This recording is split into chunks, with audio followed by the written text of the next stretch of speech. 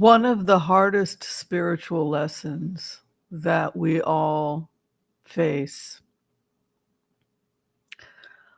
amongst the many spiritual challenges that we face, is that we are forced to face the part of ourselves that is really awful. And we need to stop defending the awful parts of ourselves. I'll go first. I eat animal products and I tell myself, well, I need the protein. And it's true. I feel like crap when I go vegan. I've never been able to succeed at it. But I'm sure if I was 100% committed to going vegan, I would give up consuming animals. And so I choose to bury my shadow because I enjoy consuming animal products at the expense of others that are suffering. And I choose to turn a blind eye because I enjoy dairy and because I enjoy these foods, right? So that would be an example of me choosing to put a blind eye towards something that I know is causing suffering in the world. And having to own that, right? And so it's something I'm always looking at and trying to find how can I consume less animal products, right? Not necessarily give it up because I really don't feel better. So I'm constantly in this ethical challenge. But the point I'm making is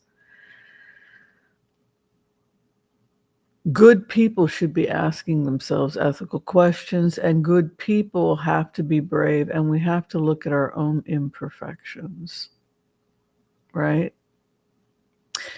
And this is the time of Kali, and Kali is the time when we are destroying our egos and everything that is false, including our fantasies about ourselves. So there's a lot going on, I think, with Elon Musk that I want to talk about in terms of just the dynamics of the personality. If you go on Twitter, it's the reason I got interested in Elon Musk was that I was hoping he was going to do something about what was going on in the war between Israel and Gaza. And because I am a very intuitive person, and after Elon Musk came back, he looked like somebody whose world had ended. And I saw somebody who probably believed that the world couldn't get much darker. And I recognized that feeling because I pretty much was in the same place. And I sent a peace proposal, which I'd worked on for many years, on November 21st. And Mr. Musk arrived in Israel on the 27th. And I went on record saying that it was a gift to the IDF and to please use any part of it to better Israel, and that I relinquished all patents, etc. And so they didn't do anything wrong. Nobody's naughty or anything. But it was a very compact study of successful integration, hostile borders, creating kibbutz-like systems that could be created, etc. And I believe that Elon Musk should be and probably will be a wonderful part of that. But here is where things go south. If you are on Twitter and if you are paying for a blue check mark at $14 a month, then I think the very least I should be granted as a customer is to be protected from predators that are preying on vulnerable people. And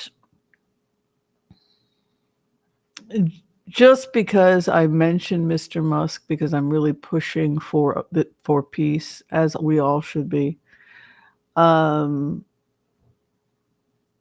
had maybe 10 fake Elon Musk, 10 fake Maya Musk, a fake son, I think, either that or I just blocked his son.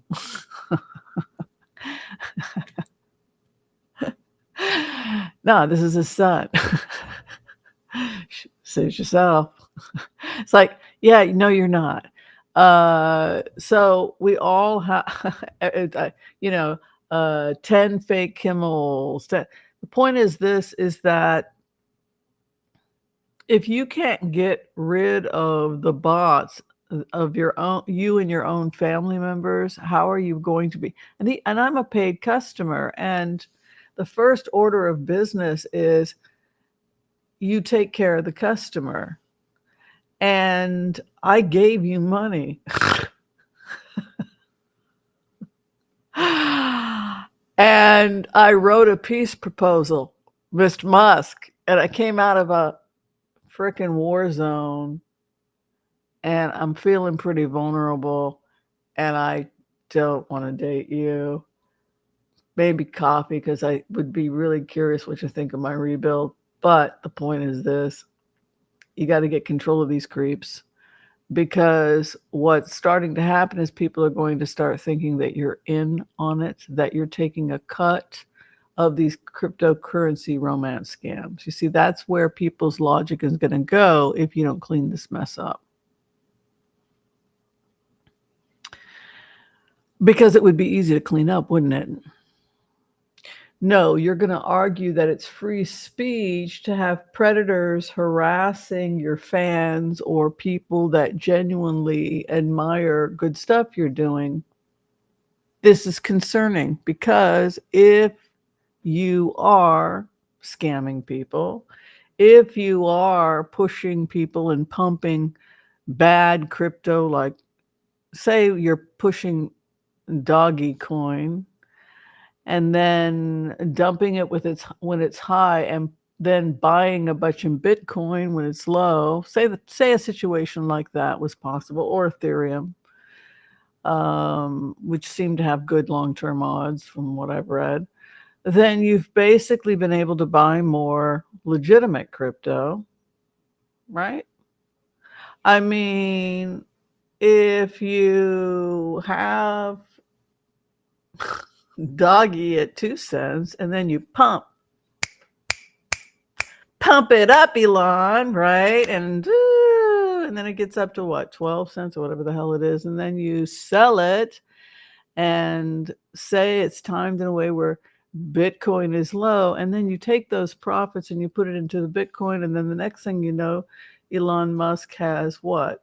A large percentage of the Bitcoin, because I Googled it. Don't you have something like a third of the Bitcoin? Wow.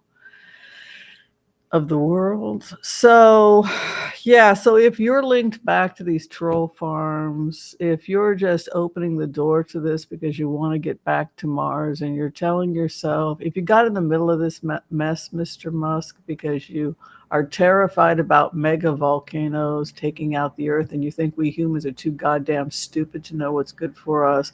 If it isn't going to be that, it's going to be a fucking asteroid. And if I have to rip a bunch of idiots off with troll farms and romance scams, so be it, because we got to get our asses off this planet.